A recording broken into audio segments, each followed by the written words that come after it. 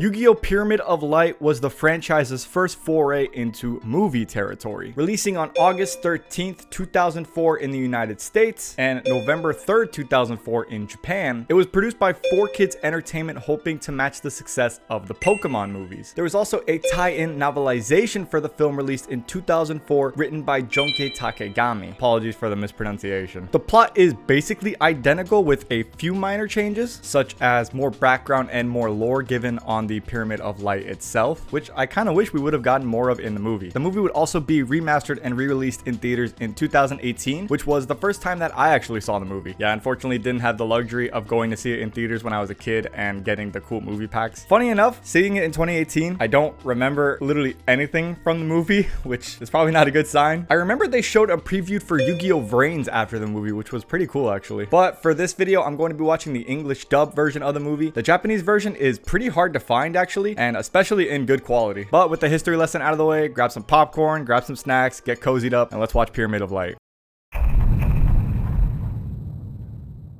The movie starts off with a flashback of Yugi putting the Millennium Puzzle together for the first time. And when he finishes putting it together, he releases all the spirits of Duel Monsters. And then that's when the Pharaoh comes out and sends them all away. While at the same time this was happening, archaeologists would discover the tomb of Anubis as well as the Pyramid of Light. Because 5,000 years ago, the Pharaoh stopped Anubis from using the power of the Shadow Games to try to take over the world. God, the Pharaoh, he pissed off a lot of people, huh? Also, I noticed that when the Pharaoh sent the Duel Monsters away, the narrator says that the Shadow Games can begin again. But what about the other Millennium items like the rod and the ring and the eye, all associated with people who turned like every game they played into a Shadow Game? Were they just like not discovered before this or not found? Or were they just like paperweights and not able to actually turn games into Shadow Games yet? Also, I just want to say that the art style for this movie is just...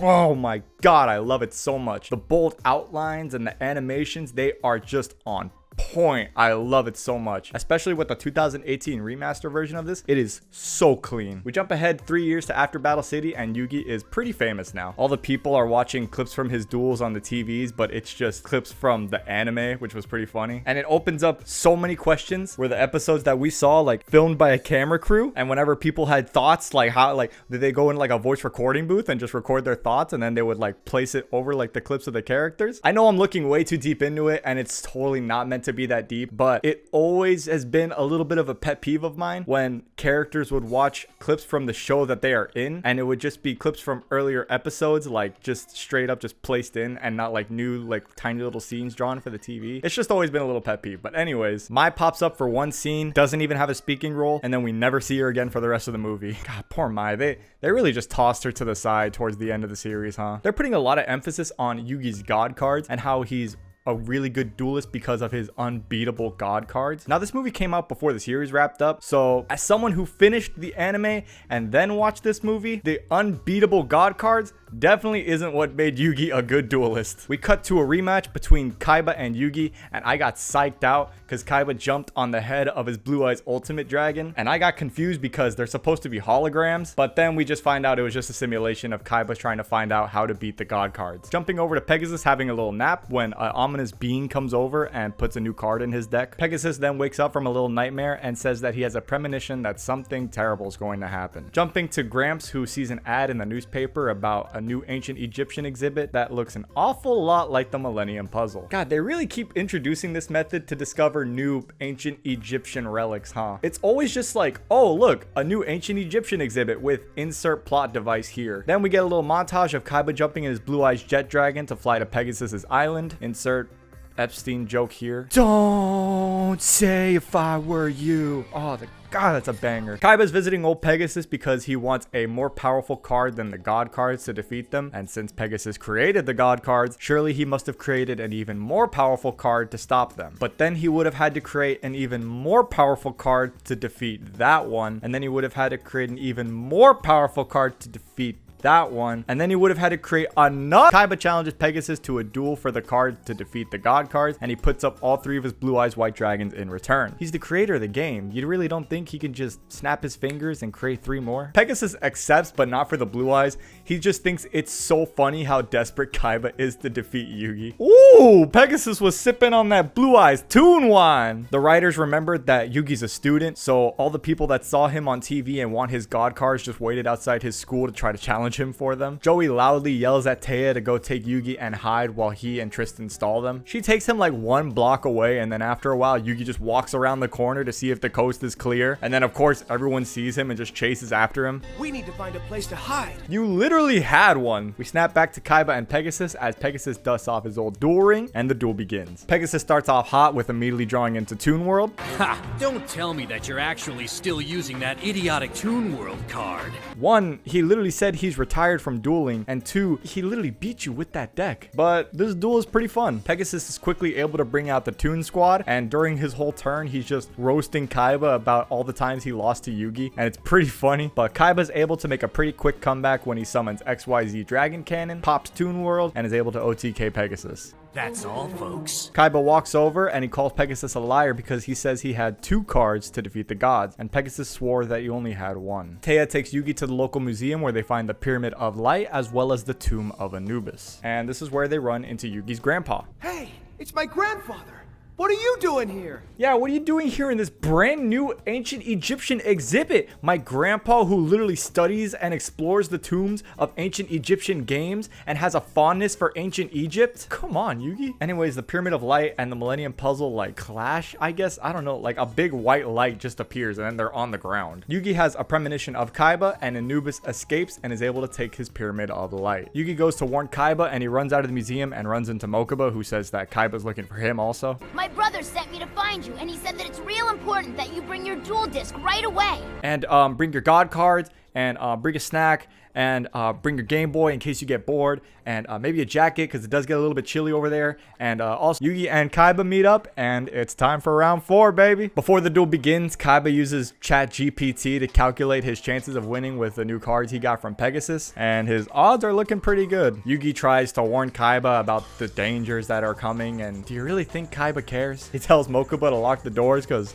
no one's leaving until this duel's over. Yugi's able to quickly bring out all of his knights, and when it goes to Kaiba's turn, he draws into the Pyramid of Light. I like how its effect is literally just banish all the god cards. It literally just feels like a fan-made card. Kaiba asking Pegasus, like, I know you have a card to defeat them, and it's just a card that literally just banishes them and just do nothing else. At that point, you might as well just ask Pegasus, hey, make me a card that just says you win. Okay, anyways, Kaiba sets Pyramid of Light and throws it back to Yugi, who's able to draw into Slifer. He tributes all of his knights to summon it, and this is when Kaiba activates Obligatory Summon, which forces Yugi to bring out his other 2 god cards. Because we don't have all day, we gotta start the plot at some point during this movie. So Yugi brings out Obelisk and Ra, and this is when Kaiba activates the Pyramid of Light. The god cards are banished, and the pyramid starts causing a bunch of mayhem and starts sucking up the souls of everyone who's around it. Yugi, Tristan, and Joey are all sucked into the Millennium Puzzle. The duel continues, and Kaiba summons P10, the Dark Clown, and it just straight up just stabs Yugi. And whenever they take damage, they lose their life energy, so the duel starts to hurt them for real. Yugi sees the Pharaoh in the Millennium Puzzle, so he chases him into a room with the Tomb of Anubis and a bunch of mummies. He runs out and he finds Tristan and Joey, and the animation of Yugi running cracked me up pretty hard, I'm not gonna lie. Gramps and Taya show up and they find Mokuba, and Gramps just starts throwing up exposition on how Anubis tried to use the Pyramid of Light to take over the world, but of course he failed, and now he's basically just trying again. We cut back to the duel, and Kaiba's using Deck Destruction Virus to thin out Yugi's deck and pretty much just spamming Dark Clowns, but then fuses 3 of his Blue Eyes to create Blue Eyes Ultimate Dragon. Yugi, Tristan, and Joey run around and they find the Millennium Puzzle like clashing with the Pyramid of Light. Yugi explains to Tristan and Joey the exact same thing that Grandpa just explained to Mokuba. Yugi tells Tristan and Joey that they need to go back to the room that they just ran away from. They see Anubis absorbing all the life energy from Kaiba and Yugi's duel. Pharaoh tries to get Kaiba to stop the duel, but Kaiba says no because he wants revenge on them for never shutting up about the heart of the cards. Yeah, you know what? Fair enough. Yugi brings out Sorcerer of Dark Magic, and Kaiba counters by attributing his Blue Eyes Ultimate Dragon to bring out Blue Eyes Shining Dragon. Fun fact about this card that I think every single Yu-Gi-Oh channel is by law supposed to talk about. This card was unplayable when it first came out. Like, unplayable. Like, you literally could not play it because this card came out in 2004 in the promo movie packs, and you needed to tribute Blue Eye's Ultimate Dragon to summon this card, which did not come out until 2006. So for 2 years, you literally could not play this card. Kaiba wipes out Yugi's Sorcerer, leaving him with 200 life points, and this causes Yugi to fall to the floor because he's like almost dead. The pyramid starts causing some more shenanigans, and Pegasus swoops in to save Grandpa, Mokuba, and Taya from getting crushed.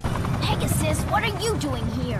How about we start with a thank you, you little ingrate? God, I love Pegasus. And then Pegasus starts to explain the exact same thing that Grandpa and Yugi already explained. But it's funny because he follows it up with, oh, I looked it up on the internet. Yugi, Tristan, and Joey run into the room with Anubis, and Anubis tells him, no, you can't stop me, blah, blah, blah. We won't stand here while you suck the life out of others to save yourself.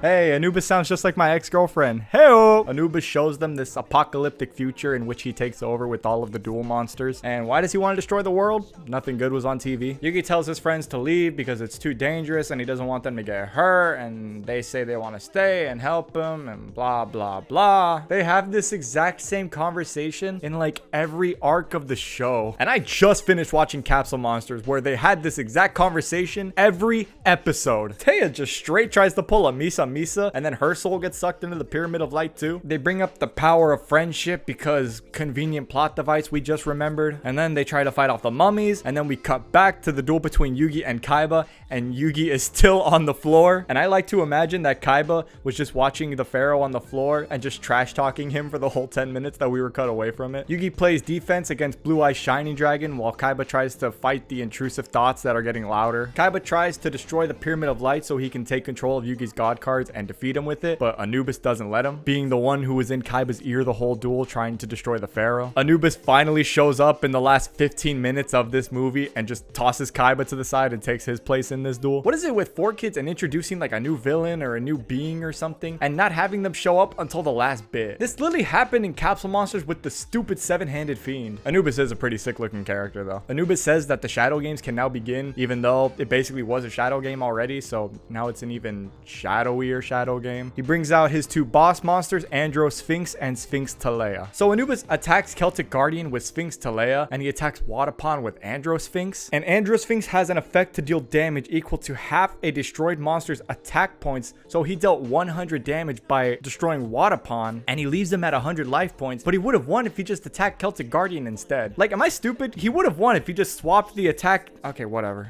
It is feeding time. Okay.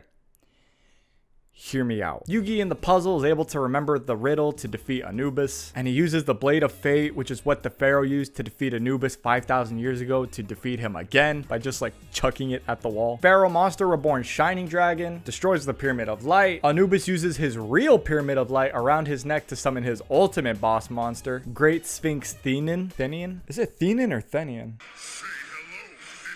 Thenian. He says Thenian. Kaiba is still knocked out from being just tossed lightly to the side. Yugi brings back his god cards with return from a different dimension and combines them for infinite power. I thought you combined them to make Halaktai, or is that not like a card and it's just like a monster that was created in Pharaoh's Memories arc? I know this came out before Pharaoh's Memories was a thing in the anime. I'm thinking way too much about things that just do not matter. Anyways, Yugi destroys Thenian. Kaiba wakes up. Anubis is still alive and he turns the Duel Monsters into like real creatures. Why couldn't you just do this from the beginning? Joey just immediately summons his monsters out to do nothing against Anubis. And I've always hated the, oh, Duel Monsters are now real, so I summon them in real life just by holding my cards up in the air bit. Because like everyone can do it. There's no like special trick to it. You don't need to have a certain power to do it. You just hold your cards up in the air and boom, monsters come out. It's just so like contrived and forced. Anyways, Pegasus busts out the tunes to save them from being squished. Yugi wonders how to beat the monsters, so Kaiba tosses him Blue Eye's Shining Dragon. Why couldn't Kaiba just do it himself? Like, obviously I know it's because they want Yugi to save the day and not Kaiba, but you really want me to believe that Kaiba willingly tossed Yugi Blue Eyes? Like, his arm's not broken or anything. He could have just raised it up and summoned it himself. It reminds me of when they cock-teased Vegeta defeating Golden Frieza for no reason and then just having Goku do it instead. Anyways, Yugi saves the day with Blue Eye's Shining Dragon. Pegasus sneaks in one last diss to Kaiba. No one could return after suffering a defeat so thoroughly devastating as that. Well,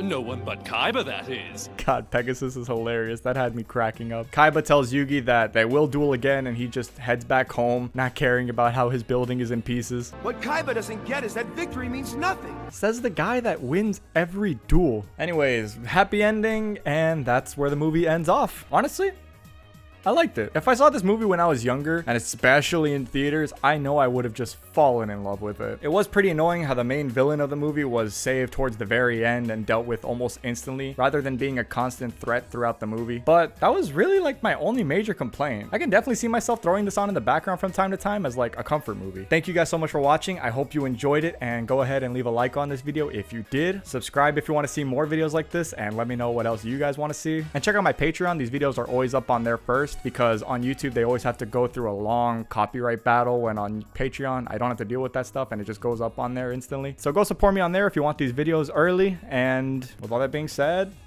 thank you guys so much for watching.